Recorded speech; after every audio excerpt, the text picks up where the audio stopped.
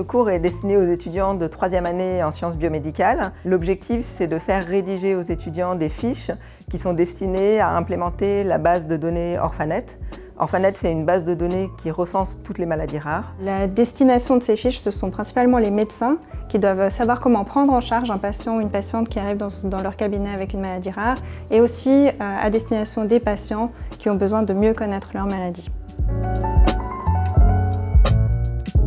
Donc, dans le contexte de ce cours, les étudiants travaillent en groupe de 5 et ils sont en complète autonomie. Donc il n'y a pas d'enseignant qui leur fourmille du savoir, c'est à eux de gérer leur apprentissage. Et puis ils doivent aboutir à ce projet à la fin de l'année, c'est à eux de gérer les différents jalons de leur parcours dans ce projet-là. Et dans les groupes, les étudiants ont chacun un rôle. En fait, on leur donne en début de session un cahier des charges. Ensuite, on crée les groupes en fonction des cahiers des charges.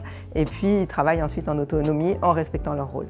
Ce qui est aussi particulièrement innovant dans ce cours-là, c'est que les étudiants travaillent pour de vrai, c'est-à-dire que le but de leur travail est une publication à destination du large public. Donc ça a un intérêt extracurriculaire et pas uniquement pour obtenir une certification ou une note à la fin du cours.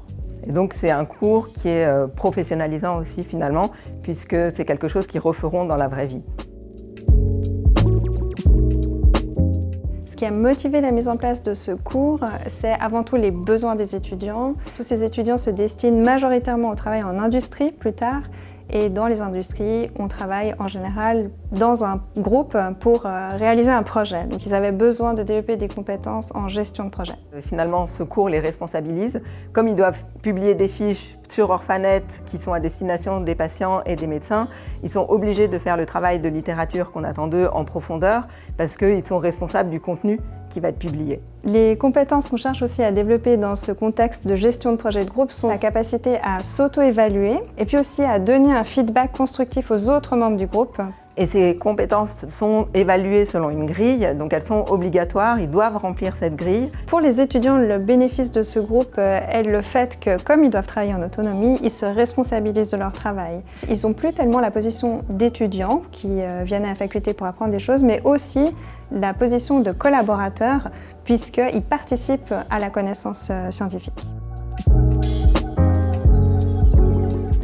Moi, je trouve que c'est très intéressant parce que ça nous permet de contribuer rapidement au monde médical et à la connaissance scientifique. On peut implémenter en fait les recherches qu'on a fait de nouveau dans un site officiel qui va pouvoir aider donc les médecins à comprendre une maladie, ce qui je pense est assez qualitatif en termes d'apport. Et je trouve que c'est un très bon point et ça nous motive énormément sur ce projet.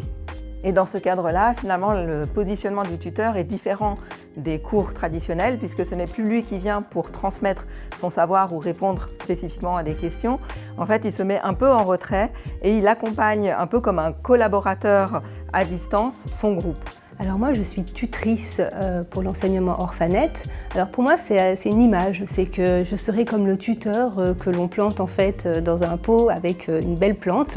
Et quelque part, ils ont toutes les compétences et nous, on est là pour les aider, pour les guider, justement avec tout ce qu'ils ont comme background. Le tuteur, il est là seulement pour nous aider, mais c'est vraiment les étudiants qui fournissent le travail. Et je trouve ça super de pouvoir apporter notre aide pour une maladie méconnue et rare. Alors face à ce nouveau type d'apprentissage, les réactions sont très positives. En fait, les étudiantes et étudiants adorent ce cours parce que pour une fois, on leur fait confiance et du coup, ils s'investissent d'autant plus dans leur apprentissage. Le problème principal, je pense que ça va être l'investissement au niveau du temps qu'on peut mettre pour ce projet. On a tous des agendas très différents, donc coordonner des fois tous les membres du groupe, c'est pas facile. Ils ont parfois des difficultés à pondérer la quantité de travail qu'ils dédient pour ce cours-là. Et ils doivent apprendre à gérer aussi par rapport aux autres délais à respecter face aux autres cours qu'ils ont dans leur curriculum, le temps de travail à donner à chacun de ces cours. Les conseils que je donnerais à mes collègues pour se lancer dans un tel format de cours, c'est de sortir de leur rôle habituel d'enseignant.